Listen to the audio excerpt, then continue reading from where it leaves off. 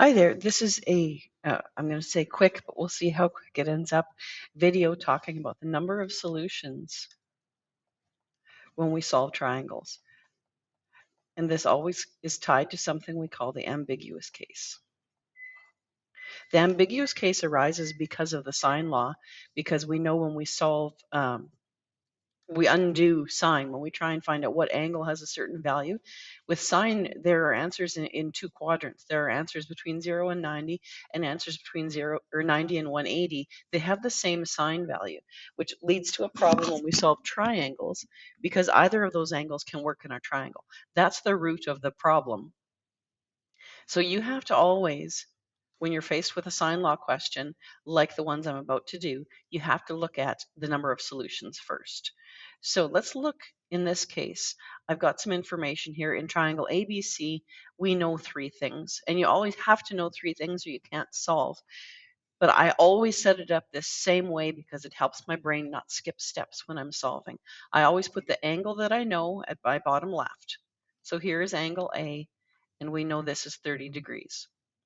Now I also know side A and side B. We know side A is across from angle A, so it's going to end up, and I'm going to put it in green, and I'm just going to do this with it for the moment. And I'm going to always put angle C, the angle we know nothing about at the top, angle B, which is over here somewhere across from this side that we know, and we know that A is 20. Now let's think about this for a minute. Can I make a triangle with this? Of course I can, because this side can be as long as it needs to be, and I know this is 20. Could these meet? Yes. That tells me there is, in theory, at least one triangle. Now there is a catch. Is 20 long enough? Whoops, B, you stay where you are. What if this 20 doesn't reach? That's what we have to do some math to figure out. And the way we do that is we always start by finding something we call H, which is just the height of our triangle. And I'm going to go ahead and make H this nice glowy green. H is this distance right here. Think of it as the bridge in between that top angle and this edge of the river. What's the shortest distance across that gap? This is H. So I'm going to go ahead and set the math up. Now realize I've built a right triangle.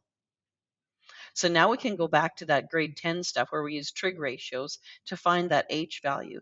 I know that sine of 30 equals H over 16. So I grab my calculator and I find sine of 30 times 16. And I find out that H is 8. Now all that means is the shortest distance across this triangle is 8. So is 20 long enough? 20 is plenty long enough. So there is at least one solution. Now you have to ask yourself, is there only one solution? And I'm going to go like this and swing it down, because sometimes there's going to be more than one. I'm going to show you that further down my page. For this one, since B, what are you doing way out here? Get your butt over there. Since this 20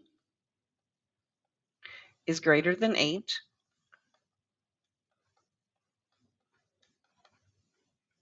we know there is at least one solution. Okay, we know we can make one. What case would, or what numbers would we need for this to not work at all? Well, let me draw another triangle. And let's put our swingy side up here. And I'm going to make all the information we have almost the same. What if I know that angle A is 30? Oops. And I know that side B is 16. What if A is 4? So I still have 30 degrees in here. I still have 16 out here. Now this is 4. Let's think about H for a second.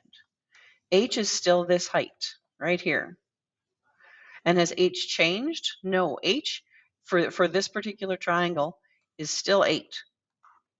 So what's different about this? If I grab that swingy side over there and I swing it down, what's the problem? Can I make a triangle? No, because it doesn't reach. It's not a long enough bridge. So in this case, since 4 is less than 8, there are no triangles possible. Now, what if?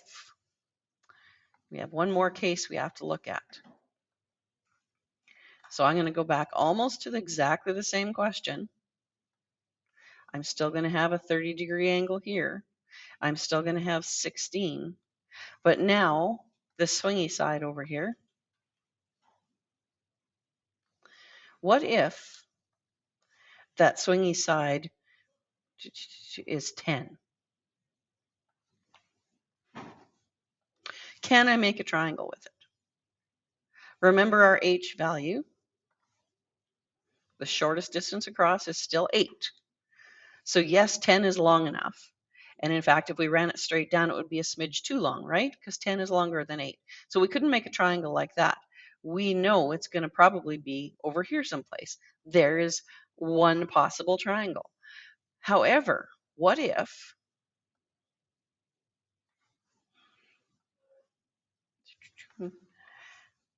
that 10, and oops, let's do that better. Instead of reaching this way, what if it was here?